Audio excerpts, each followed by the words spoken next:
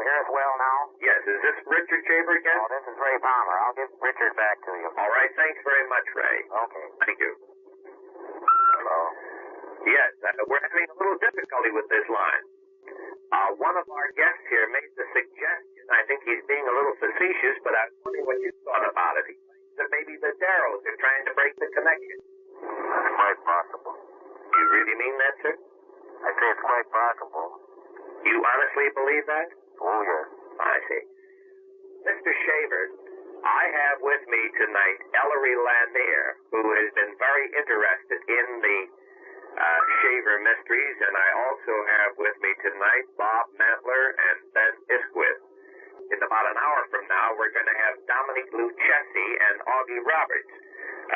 Augie Roberts and Dominique Lucchesi do a considerable amount of work for Ray Palmer, and they're going to be here with us, but they won't be here in time to talk to you on the phone. But at this point, I'm going to turn the phone over to Ellery Lanier, and I want him to talk with you for a little while, and I would appreciate it very much, Richard, if you'll keep close to the phone and speak up, project a little bit, because our listeners in 27 states are very interested in hearing every word you have to say about the famous Shaver mysteries.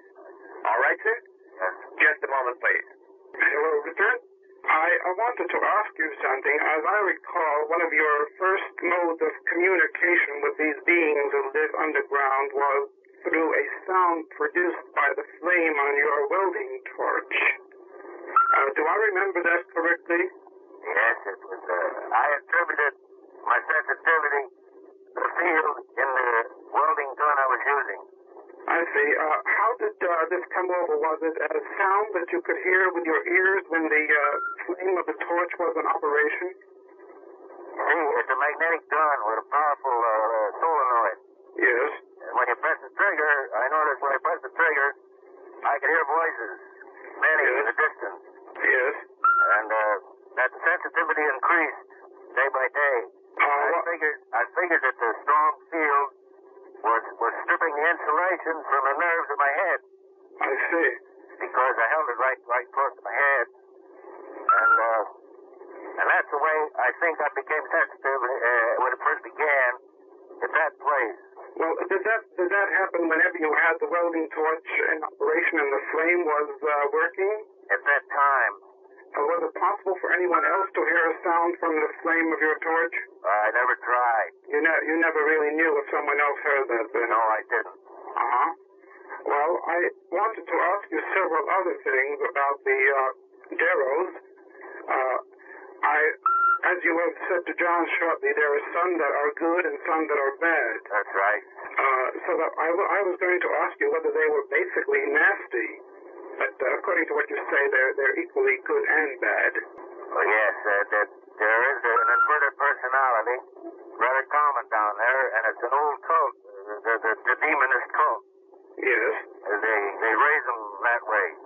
I see. Children. Do you have any idea of what the population quantity or the number of the population of the deros is at the present time?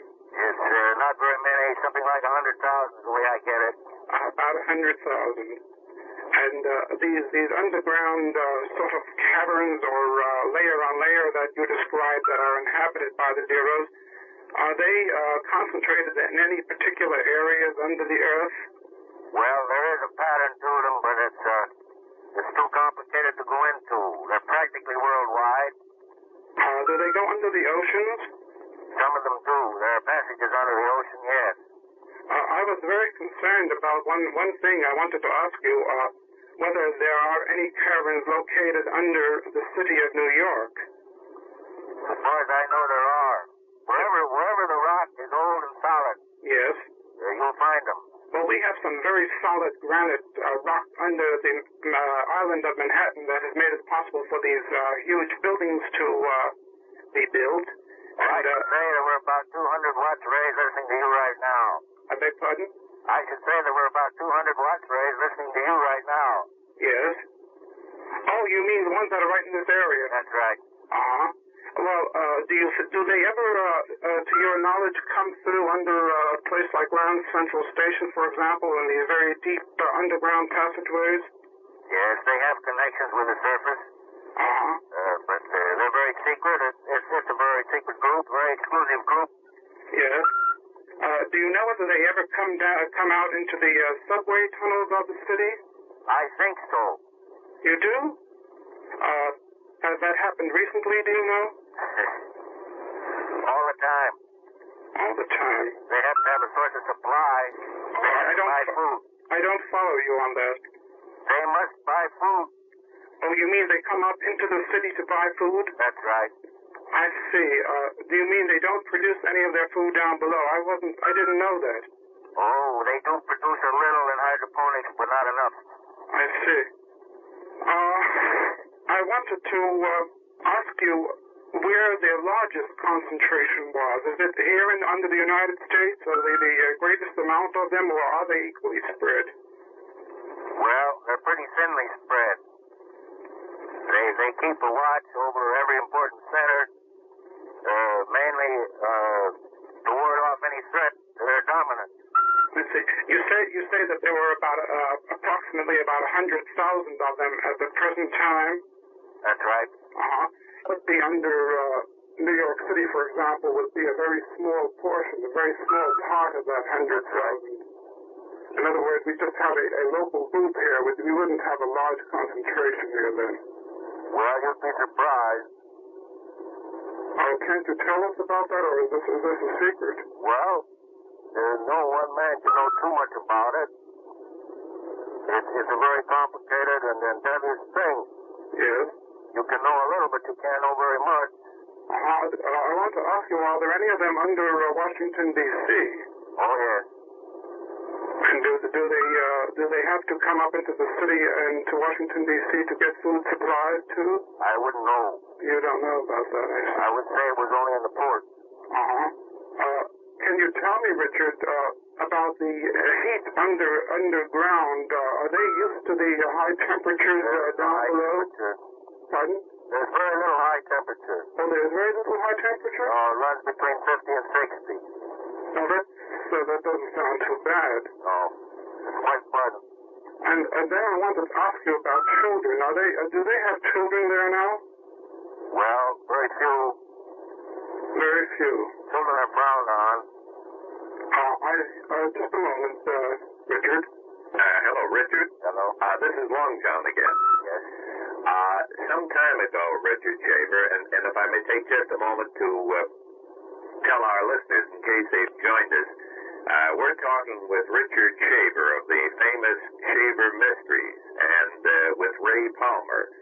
Ray Palmer is editor and publisher of Flying Saucers from Other Worlds and Search magazine, and we're talking to these two gentlemen. They're out in Amherst, Wisconsin. We're here in the studios of WOR in New York City. And we're trying to get more information this morning. This is the only way that we can get in touch with Richard Shaver. It's the first time that he has been heard over any radio station. So this is really a first in radio. And if you've listened and you've heard us talk about the famous Shaver Mysteries, we're talking to the man who claims that he knows more about it, and he certainly should. Whether you buy it or not, I do not know, but we're talking to the man now. Richard, some time ago, I spoke to somebody on the party line on this program, and they told us that there are 3 elevators, one someplace in Midtown Manhattan, another one in Providence, Rhode Island, and one in Chicago, Illinois. They told us that these elevators are automatic elevators located in apartment house buildings. The tenants of these buildings are not aware of the unusual ability of one of the elevators. Now, let me try to describe it to you, sir. I understand. Well, you do know. Well, I'd like to just tell our listeners who may have joined us for the first time, we are told that when you go into the lobby of these buildings, that you press the button, and when the car arrives on the lobby floor, if you go into the car alone, and you press the B button, which is for basement, the car goes down to the basement, and the both doors open up, and you find the furnace room, washing machines, or whatever equipment may be in that basement. If you press the B button 2 additional times, both doors close, and the elevator continues to go down into a shaft. In one community, and I think it's in the city of Chicago, the elevator, the car itself, goes over to the left of the shaft to a different shaft that continues down into the cavern where the deros are. Is this true, sir? I would say it was. You would say it was. That's right. Well, when you make that statement, sir, you're not quite sure, though. Well, I wouldn't be exactly sure of the exact details, but I know that such is the case. I see. Would this be dangerous for anybody? Come back up. I beg pardon? You would not come back up. The people would not come back up? That's right. Why is that, sir? Secrecy. Secrecy. I see. Have you ever been in the cabin? Yes. How is it that you're back up, sir? That's an accident. That's an accident. Well, Mr. Shaver, let me talk with Ray Palmer again for a couple of minutes, if you will, please. Hello. Hello, Ray? Yes? Yes. Ray, some time ago, we had a young man on the program just about a year ago, a young man who writes science fiction. Yes? And he made the statement that he met you at a convention, a science fiction writers convention a few years back. That is correct. And you know who I'm referring to? Yes, I do. Harlan Ellison. That's right. He made the statement on the program here that you told him that the Shaver mysteries were all fiction and that you published them just to create good circulation for amazing stories. Well, I think now that demands an explanation which I think I can give you. Well, will you try, please? When I went to that convention, I was very sick. Mm-hmm. I was invited to the convention and made the trip in spite of being ill. Now, when I got there, I expected to receive what I'd say a courteous reception. And instead, I met with a group which I believe was closely linked with Mr. Ellison, who had apparently decided that they were going to badger me. I see. Now, they kept asking questions which actually you can't answer without... it's a sort of a question that do you still beat your wife? Mm-hmm, I understand. So in exasperation, finally, when he confronted me in this elevator, I said, well, what do you want me to answer to the question? And he said, the truth. I said, well, I've told you the truth, and you haven't accepted it, so my only alternative is to tell you what you want to hear, that this is entirely fiction, and that it was done for the purpose of raising circulation. Now, this was done in what you might say was anger. It was done also as sarcasm, and it was done to rid myself of this group which intended to follow me the whole convention, and apparently were having a great deal of fun out of badgering me. They had no intentions of giving me a chance to have a fair say on the thing. Mm-hmm. That is the actual conditions in my statements to Mr. Ellison.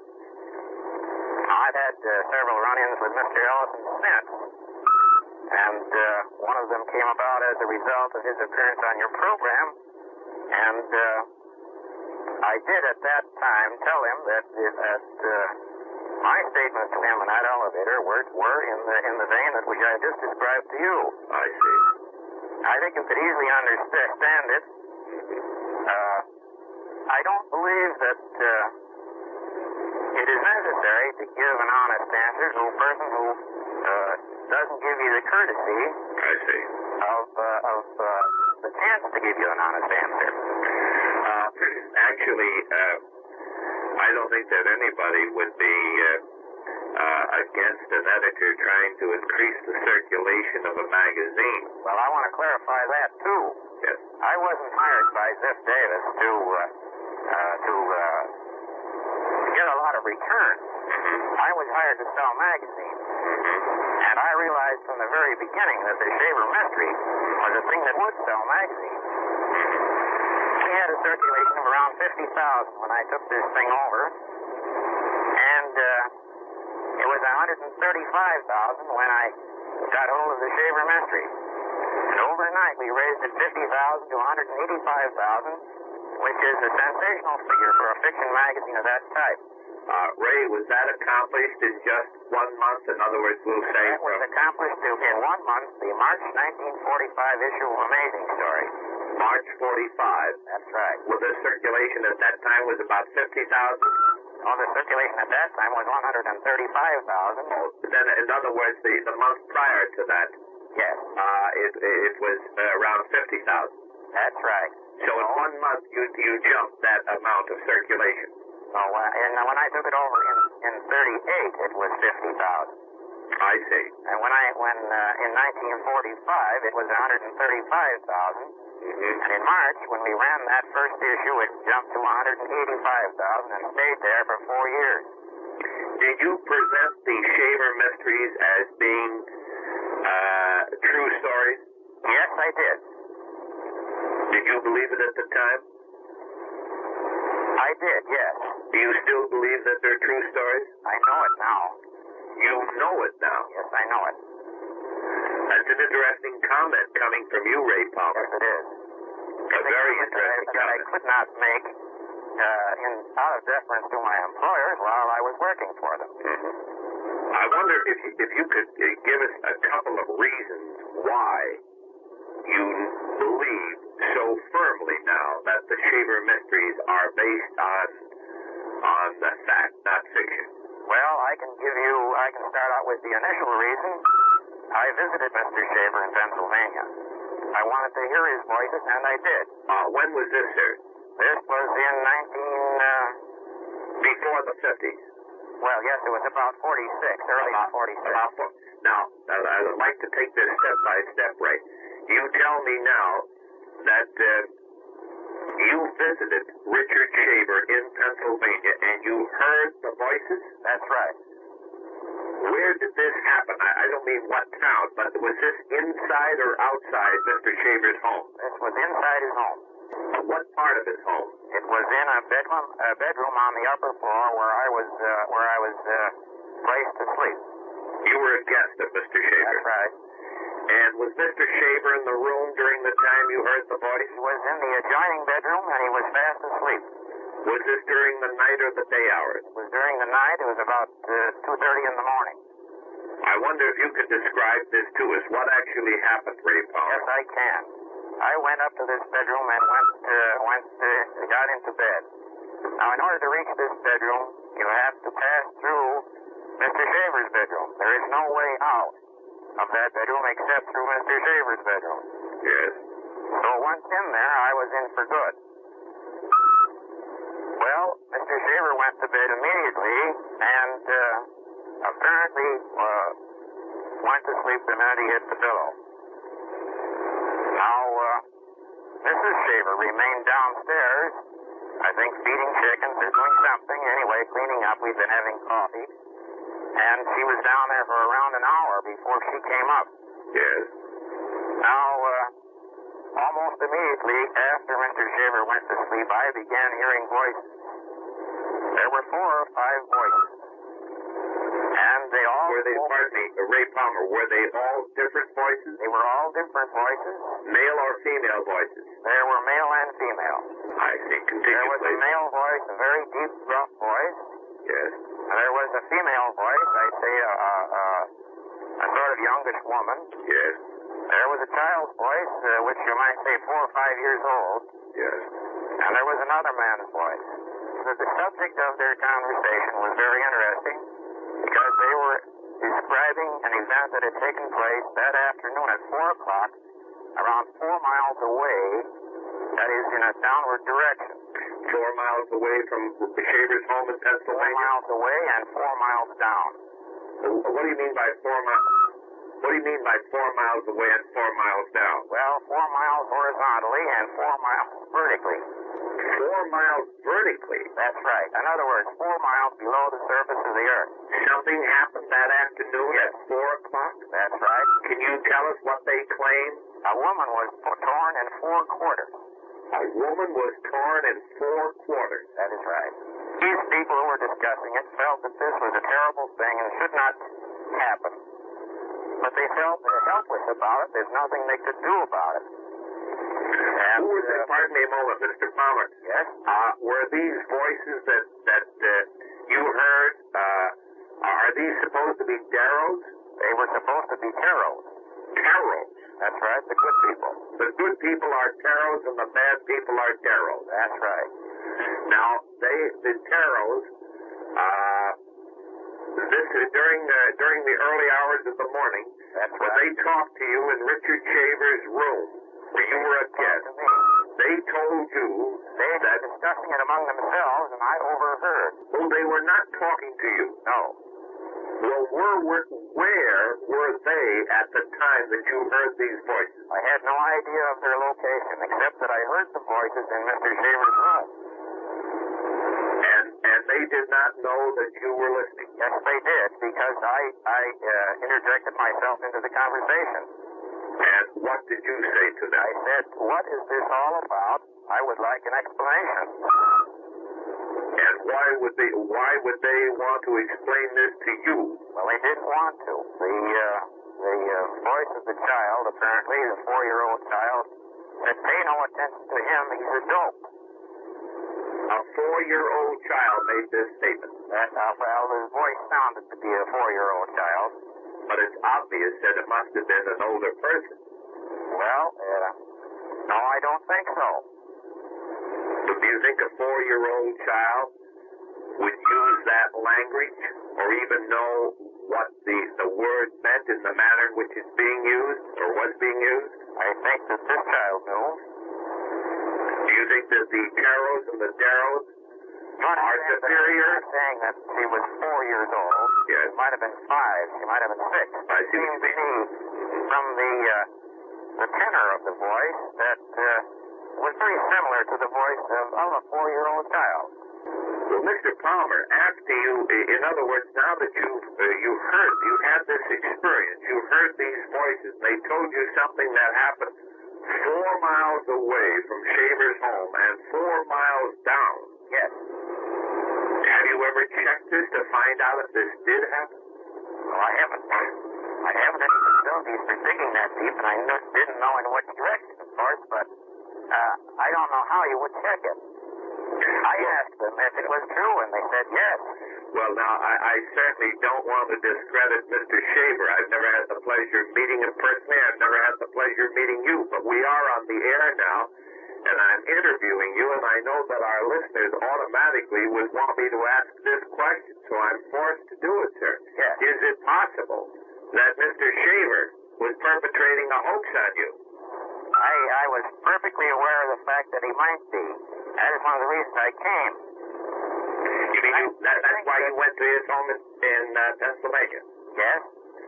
Well, I think that I rather insulted my host by what I did while I was there, because what did I you do, searched the sir? place thoroughly for hidden microphones and things like that. Mm-hmm. I found absolutely nothing. Now, I considered that Mr. Shaver might have been doing this himself, except I doubt that one man can imitate 4 voices simultaneously. I doubt that, too. I'm sure it's impossible. Mr. Palmer, you're not familiar with the way we handle these interviews up here, but I'm sitting at a table, and I have a group of people sitting around. They all have headsets on, and they're listening to both sides of the conversation. In other words, my guests up here are hearing just what our listeners in 27 states are hearing this morning. Yes. Now, I have Ben Iskowitz with me, and Bob Matler, and Ellery Lanier. And Ellery, would like to be able to talk with you for a few minutes. I'll be very happy to talk to you. All right, just one moment. And let me remind our listeners that this is WOR Radio, your station in New York, 710 on the dial. We're talking with Mr. Ray Palmer. Ray Palmer is the editor and publisher of Flying Saucers from Other Worlds. He is also publisher of Search Magazine. He is the former editor of Amazing Stories. And he has with him in Amherst, Wisconsin this morning, Richard Shaver, Richard Shaver is the author of the famous Shaver Mysteries, and we want to get as much information as possible. I can readily appreciate the fact that possibly some of our listeners may be a little confused at this time because the quality of this broadcast certainly is not top this morning, but we've had a little difficulty as far as our connection is concerned. But we hope that you'll bear with us and listen, because I think that this will be extremely interesting to all of our listeners, and I can assure you that this is the very first time that anybody has ever had the opportunity of interviewing Richard Shaver on radio or television. This is the first time, and we're very grateful to Ray Palmer, who made this possible. I'm going to have Ellery Lanier talk to you now, Ray. Just a moment, please. Hello, Ray Palmer. Yes, hello. Good to talk to you. I look forward to meeting you sometime. Ray, I have something rather serious to ask you about the Shaver mystery. And this concerns a novel by Lord Bulwer Lytton. Yes? Called The Coming Race, which was written somewhat about a little more than half a century ago, in which there is a description of a miner who went down into a very deep shaft and came across some huge caverns and canyons and found civilizations of people who had been living there since a flood that preceded the biblical flood. Yes? And the rumors that I have heard concerning the Shaver mystery were that Mr. Shaver practically lifted the story out of Bulwer Lytton's novel, The Coming Race. Do you have any way of repudiating such a rumor? Well, I can't repudiate it except to say that I don't think he did. Now, if these caverns do exist, and other people through the centuries have had the same experiences as Mr. Shaver, it is conceivable that Mr. Bulwer Lytton, or from whomever he got the story, might have had a similar experience. Yes. The existence of these stories doesn't mean that Richard listed them, because I can point to dozens of other books on the very same subject. There's the book called Eudorfa, if you remember. Yes. Well, he could have listed it from that. Yes. There's the book called Owaspy. He could have listed it from that. Yes. You can go on. You can list the thousands of instances of ancient legends, the legends of the caverns of hell, and so on, all of which you could say were something that Richard lifted this from. You can go on. You can list the thousands of instances of ancient legends, the legends of the caverns of hell, and so on, all of which you could say were something that Richard lifted this from. Yes. But to my mind, all of these things which we dug up later and continually are digging up today are what I'd say a corroboration of his story rather than indications that he lifted it in any specific book. Well, that makes sense. I follow you there, Ray. I wanted to ask you what I can't recall at the moment what was the name of the energy that was used by the deros. Can you refresh my memory on that? Well, there are several energies. Maybe Richard himself can tell you more about the energies. Yes. Do you want to talk to him about this? He seems anxious to tell you. Surely. Their main name for the energies they used was Ulegra. I suspect that our word electric came from that word Ulegra. How would I spell that? Ulegra. Ulegra. And you say that was something similar to electricity? Well, they used a magnetic flow that is not like our electric. Yes. It's more similar to the electric generated by the body cells. Oh, you mean sort of a living organic electricity? That's right. And almost all their machinery was operated with some variation of that current because it is not healthy to use anything else. Richard, there is something I think you can enlighten me about within the confines of propriety, if you understand what I mean by that. I recall in one account of the life underground, there was a means by which a human being could be dipped into a large glass tank of a certain kind of fluid, which had certain vibrations running through this fluid. And this was used occasionally to test a couple who were contemplating marriage to see whether their vibrations were simultaneous. Is that the same type of energy you were referring to? Was that the Ulegra energy? Well, that particular incident was largely invention. I don't know too much about it. You must remember, I've had an awful fund of information run through my head, and I couldn't retain all of it. I see. And some pictures like that were very clear in my mind, but I didn't really understand what they meant. I understand that. It's very hard to follow elder thought because it's much superior to ours. I see. Richard, can you tell the listeners what type of weapons the deros use? Type of what? Yes, I don't recall. Do they have any specific type of weapon that they used in attacking, well, let's say, when there was a struggle between the good and the bad deros? Well, their main weapon is a superimposition of a destructive energy upon their common conductive ray, called the Pennant ray. Did they use a mechanical device for that? Oh, yes. Would it be something like a gun? It looks like a big bed spring, as you must know. It looks like a big bed spring? That's right. Does that use the Ulegra force as well? No weapon uses Ulegra. Ulegra is beneficial. I see. I'm trying to keep this straight. I don't want to get this material confused. Well, all their work was immensely complex compared to our electric, and then they knew so much more about it. It's very hard to tell you in a short word. It would take weeks, to go over it. Another question, Richard. Is there any way in which we can know whether they are digging any or creating any further caverns underground at the present time? They're very busy stripping them. I don't understand. Can you explain that? Taking out. They are busy stripping and selling them. They are removing the caverns. Removing the interiors.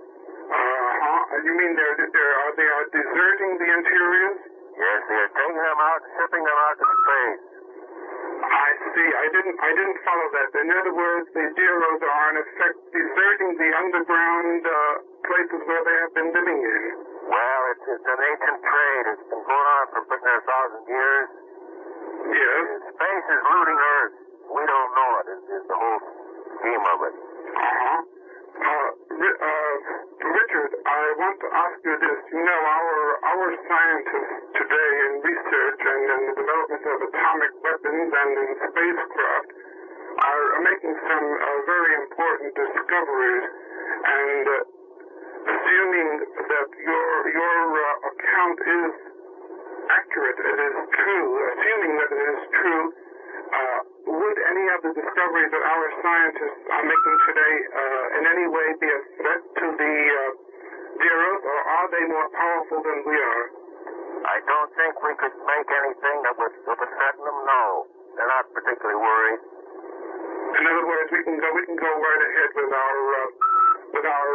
developments, and they won't try to stop us or interfere with what we are about. They think that they can handle us, yes.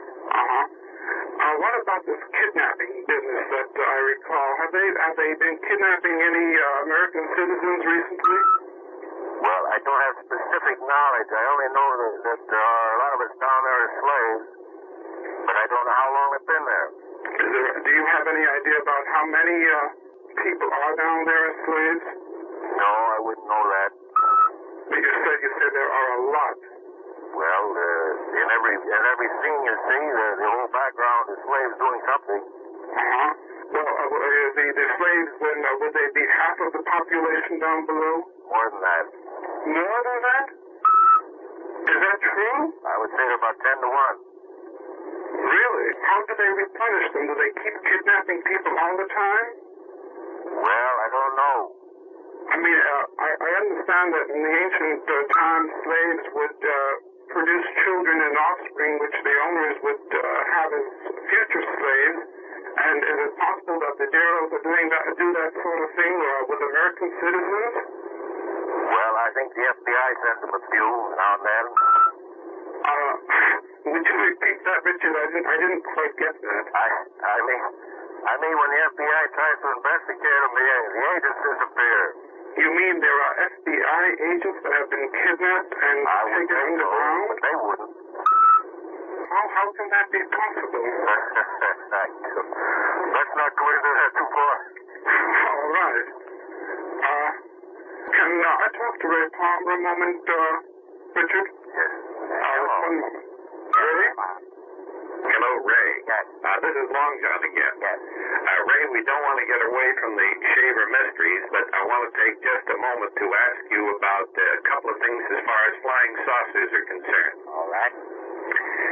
Ray, in your magazine, Flying Saucers from Other Worlds, you have, in the May edition, you have the Kenneth Arnold out-of-print book, The Coming of the Saucers, and you have a number of other interesting articles. Yes.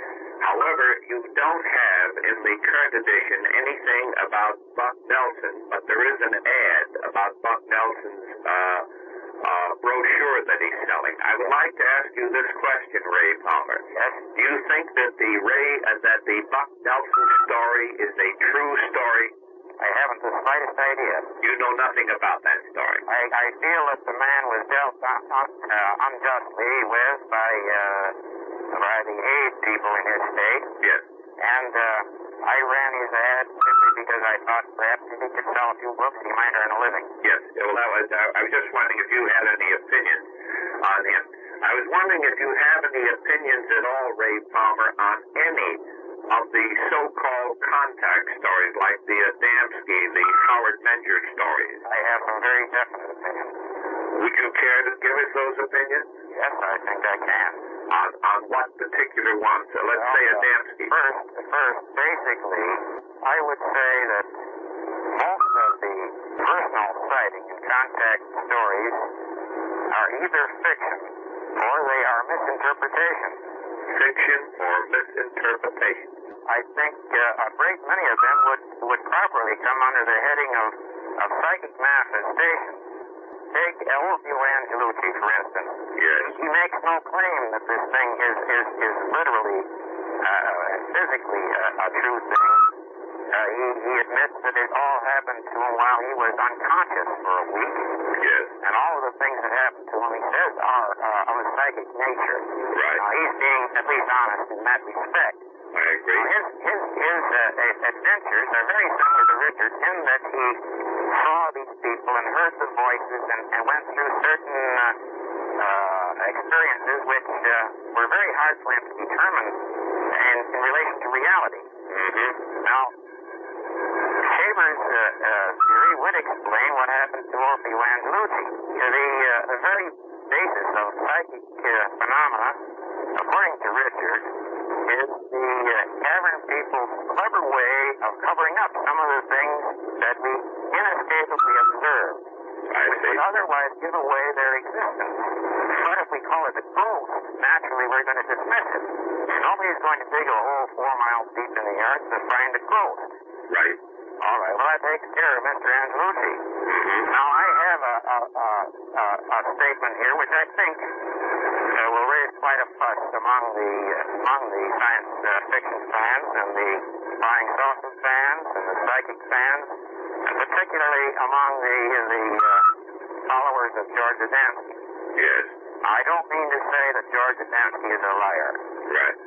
I respect the man. I think that what he says in his books has a very good human message, and certainly the world would be a better place to live in if people lived the way his Venusians say we should. But here's a fact about Mr. Adamski which isn't generally known and which I haven't publicized to a great extent for the simple reason that I don't believe it would do any good to really attack him. And so I'm not attacking him in the sense that I want to do him any harm. Right. But when I was the editor of Amazing Stories back in about 1939 or 40, somewhere in there, I'm very vague as to the date, but it was much before Flying Saucers, I received a manuscript from George Adamski. He thought ought to be published in Amazing Stories. Well, I read it. It was the story of a spaceship which came to Earth, and the pilot of the spaceship was Jesus Christ. And the message was, of course, a message of peace and goodwill and how we Earth people ought to get along.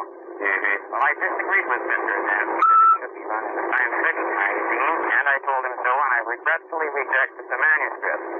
That I enjoyed reading it personally, and so on. I agree with you. I can Now, understand. Mr. Adamski's first book is that same manuscript. The only changes that were made is that from a spaceship to a flying saucer, and from Jesus Christ to a Venusian. I know this is a startling statement, and I don't know whether Adamski will deny it or not. But that is the fact. Well, this certainly is a startling statement, and I agree with you. It's certainly something that would be best to remain unpublished, a thing like that. It's a rather unfortunate thing. Yes. I wonder if we could get away from Adamski and... Some of your listeners there are going immediately to say, well, Ray Palmer, you're not very honest because you published books by Williamson, who claims to have been present. Yes, well, I think what... just one moment. I want to take care of a station break. Just one moment, please. Program quite often. Would like to talk with you for a couple of minutes about the Shaver mysteries. Yes. Just one moment, please. Palmer? How do you do? How are you, sir? I'm very fine. How are you? Well, listening to the details that you mentioned tonight have brought up a great many questions I wanted to ask you. Now, I take it you've known from Richard Shaver about the existence of deros and teros for approximately 15 years. Well, since 1944. And the deros are the ones who want to do us harm, and the teros are the ones who are good people. Well, the deros don't particularly want to do us harm. It is just one of their pastimes to bedevil us. And because of the machinery they have, they are able to do it. Now, the deros are also people who say they want to keep their existence not known from us, don't they? Yes, they do. And that you said they recently got into such devilish stunts as tearing a woman into quarters? Well, this happened in 1946. Well, the thing that immediately springs to my mind is how have they allowed you and Richard Shaver to go on communicating to the world about their existence for 15 years without doing you some harm? Well, now here we get into an area where I'm afraid I must startle you again.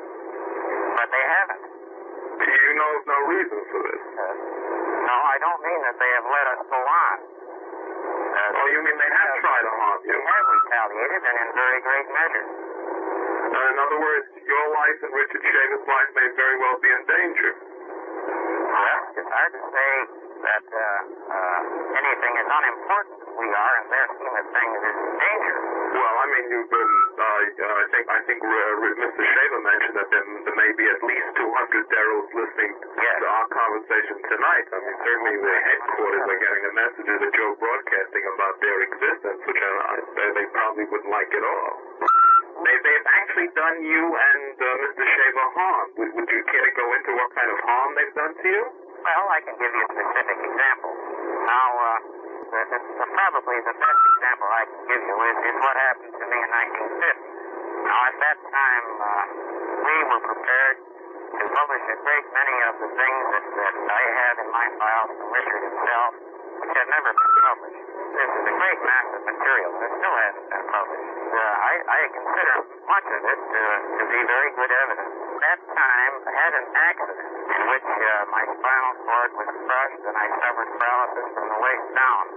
I've since somewhat recovered from that, but you'd say that my efficiency has been reduced by 50%. So you're pretty sure that... Let me explain how this happened. I had been visiting Mr. Shaver that day. It was a Sunday. We drove back to Evanston, Illinois. We arrived home about 11:30 p.m. It turned out there had been a cloudburst, and my basement was flooded. Before I went to bed, I cleaned up the basement, and I had finished cleaning the basement and was standing there admiring my handiwork. My wife was sitting on the cellar steps, also admiring it. All the lights in the basement were on. When I suddenly, apparently, slipped, fell over backwards, and struck my back on the floor, and was immediately paralyzed. Now, it seemed to me that I was picked up, thrown down. So someone actually threw you down? I was picked up in a horizontal position, was lifted high enough so that I was within 6 inches of the ceiling, with an 8-foot ceiling. Where you were thrown into the air? I was lifted up and then thrown down very hard. Now, I was unable to get my arms underneath me to break my fall. My arms were held out 50 in front of me so that I could not get them under me. So that I did land flat on my back in the worst possible position for me being a hunchback. And you're convinced of zeros, is it? Well, no, I was not convinced of anything. I was perfectly conscious. At the moment of impact, or a few seconds thereafter, I distinctly heard a word. Now, I can't repeat it on the air because it was one of those words we can't say on the air. But it was not my wife. It was not my wife, and it was not myself. My wife immediately rushed to the phone to get assistance. While I was down there, I had time to think about it. And I wondered about this voice that I heard, and I felt that somebody had slipped up. Let us say that somebody who was on guard should have protected me from this momentary opportunity to pick me up and throw me down. You mean the Pharaoh? And he uttered the customary exclamation in that case, an exclamation of dismay. Well, I was certainly dismayed. As the hours passed in the hospital, and I kept thinking about this, it grew more and more in my mind that it was just an accident. I had slipped and fallen, and all the other things were hallucinations. Were hallucinations? But several days later, my wife was talking to me in the hospital, and she said, you know, it was a funny thing, but it seemed to me as though you were picked up and thrown down very hard. Now, I had not mentioned a word to her of this. I felt that was almost certain confirmation that I had been picked up. Now, it wasn't the first time that I had experienced energies of this kind. I can remember an instance where I woke up and found myself floating in the air. And it was several minutes before I could reach the surface of the bed again. In other words, there's a group of deros who are trying to get you and a group of deros protecting you. That sounds rather egotistic, doesn't it? But it may well be true. Ray, can you hold it for just a moment, please? Hello, Ray? Yes? Just hold it for a moment, please. All right. We're Chaber. They're out in Amherst, Wisconsin. This is the first time that people have had the opportunity of hearing Richard Shaver, and we're finding out as much as possible about the deros and the teros. And I'd like to take just a moment to talk about one of our sponsors. Both of these gentlemen are out in Amherst, Wisconsin. We have found from time to time that their voices faded out a little bit, but if you stick with us, I think we'll have a very interesting discussion. This is the only way we can talk to these two gentlemen is by telephone. And I have with me at the studio this morning Bob Mantler, Dave Field, Ben Isquith, and Ellery Lanier. Ellery Lanier is the fact editor of Fantastic Science Fiction. Hello, Ray. Yes, just one moment. Ben wants to continue this conversation a little more with you. Just one moment, please. Palmer? Yes. So, before I asked you that it seems that a bunch of deros are actually trying to get to you. Well, and a bunch of teros are fighting them and protecting you. it would seem so. I'd like to explain something right here which may be of interest to you and especially to LongJohn. You know, saying things like this is like inviting a bunch of psychiatrists to drop in on you and prove that you're insane. It wouldn't be difficult to do. So when I make these statements to you now, it is out of respect to LongJohn because I feel that he is one of the most honest reporters on the air. And when he asked me for the truth, I thought, well, maybe I ought to give it to him. These things are being told you in all sincerity, with the knowledge that I know many of your readers or listeners or many of the people concerned with this thing are going to come out of it convinced that I am actually insane. I'm not of that opinion, but I'm certainly extremely puzzled. Mr. Shaver mentioned something before about the deros are shipping their equipment out into outer space by means of sources. I think the equipment he referred to in the Shaver articles were mechs. Why are they making a mass exodus to space? Well, I don't believe that either you or Mr. Shaver have interpreted that exactly correctly. I don't think the deros or the teros are making any exodus. I think they are helpless to make any such an exodus. You mean you think they're actually bound in the regions where they live? They are not only bound, but many of them are trying to defend themselves from losing these possessions, and that at times very heated battles do go on. Between who? Between the invaders from space who are carting this stuff away, and the invaders who wish to retain it. You mean the invaders know the existence of... Oh, yes. The Earth is known all through space as the Great Tomb. That is, it is a planet where vast civilizations existed in the future, or in the past, and where all these abandoned machinery, which are almost imperishable in nature, are still in good condition, and those that are not in good condition are extremely valuable as antiques and curios. Are they taking any of the machinery from the surface of the Earth? I don't think that they would consider the surface machinery of any value. In other words, the deros machinery is that much more greater. Yes, I am inclined to agree with them when I think of my wash machine and various other equipment. These invaders, in other words, you say that we actually do have, the Earth has been invaded by people from outer space. Do you know where they come from? Well, it's hard to say where they come from because... I mean, is it in our solar system? What? Is it in our solar system? I think it's not. I think it's very further than that. From another galaxy? Possible. I'm inclined to think, too, that it may even be from what we may facetiously term another dimension. A fourth dimension? Well, not a fourth, but let us say a sort of parallel universe. In other words, a coexisting universe. Shaver doesn't agree with me at all. Oh, the dispute you on this. I'm only giving you a theory of mine. I was wondering about the point that Mr. Shaver went into, that sometimes the deros come up to the surface, and one of their reasons was to forage for food. Yes? Now, do these beings, which seem to be extremely malevolent but extremely powerful, actually need food? I mean, they can't manufacture their own, or do they need food? Well, you must understand the picture down there. There are the powerful ones who are the rulers who enslave all the rest. And who deny them all of the wonderful things which they keep to themselves. So these are derelict deros. Yes. And so the derelicts must sneak out and even forage for such things as firewood.